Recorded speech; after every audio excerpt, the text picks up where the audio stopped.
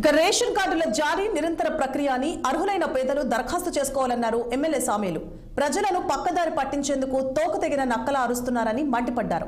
10 ఏళ్ల కాలంలో ఏ ఒక్క కుటుంబానికైనా రేషన్ కార్డులు పెన్షన్ ఇచ్చారా అని ప్రశ్నించారు. సూర్యాపేట జిల్లా తుంగతుర్తి నియోజకవర్గంలో 100 పడకల ఆసుపత్రి పనులను ఎమ్మెల్యే సామేలు పరిశీలించారు. పనులను త్వరితగతిన పూర్తి చేయాలని కాంట్రాక్టర్కు సూచించారు. అభివృద్ధి సంక్షేమం హామీలు సమపాళ్లలో రేవంత్ రెడ్డి ప్రభుత్వం ముందుకు తీసుకుపోతోందన్నారు ఎమ్మెల్యే సామేలు. ఇచ్చిన హామీలు అమలు చేయకుండా రాష్ట్రాన్ని అప్పుల కుప్ప చేశారని బీఆర్ఎస్ నేతలపై ఎమ్మెల్యే ఫైర్ అయ్యారు. గులాబీ పార్టీ నేతలను ప్రజలు నమ్మరని తెలిపారు. స్థానిక సంస్థల ఎన్నికల్లో బీఆర్ఎస్ నేతలను గ్రామాల నుంచి తరిమి కొట్టాలని పిలుపునిచ్చారు ఎమ్మెల్యే సామేలు. ఈరోజు నేను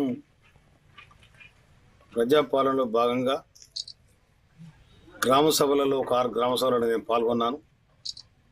ప్రజల నుండి బ్రహ్మాండమైన స్పందన ఉంది.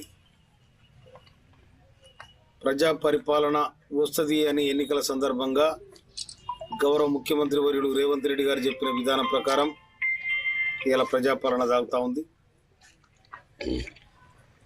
మొన్న ఒక 5 రోజుల వరకు కొంత కన్ఫ్యూజన్ ఉండే. మా పేర్లు రాలేదు ఇందిరమ్మ ఇళ్ళలో కానీ, లేకపోతే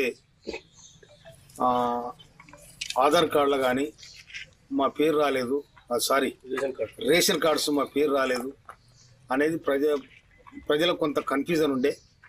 ఆ కన్ఫ్యూజన్ అనేది ఈరోజు తేలిపోయింది. ప్రజల మధ్యలోకే ప్రభుత్వం పోయింది. గ్రామ పంచాయతీ ముంగటనే గ్రామాన్ని మొత్తం పిలిచి సమావేశం ఏర్పాటు చేయడం జరిగింది. ఆ ఏర్పాటు చేసిన సందర్భంగా ప్రభుత్వం 26 తారీఖు నాడు లాంచ్ చేయదలుచుకున్న ఈ 4 స్కీమ్స్ ఏతున్నాయో, ఒకటి ఇందిరమ్మ ఇండ్లు, ఇంకోటి రేషన్ కార్డ్స్, ఇంకోటి ఇందిరమ్మ ఆత్మీయ భరోసా, తర్వాత రైతు భరోసా. ఈ 4 కూడా 26 తారీఖు నాడు మనకు డెమోక్రసీ ఇండిపెండెన్స్ వచ్చి కూడా 75 సంవత్సరాలు పూర్తయిన సందర్భంగా గణతంత్రంగా మన రాజ్యం మనం, మన దేశం మనం ఏలుకునే ఆ చట్టాన్ని తయారు చేసుకున్న సందర్భంగా 70 సంవత్సరాలు అయింది. దాని సందర్భంగా ఈ ఎన్ని స్కీమ్స్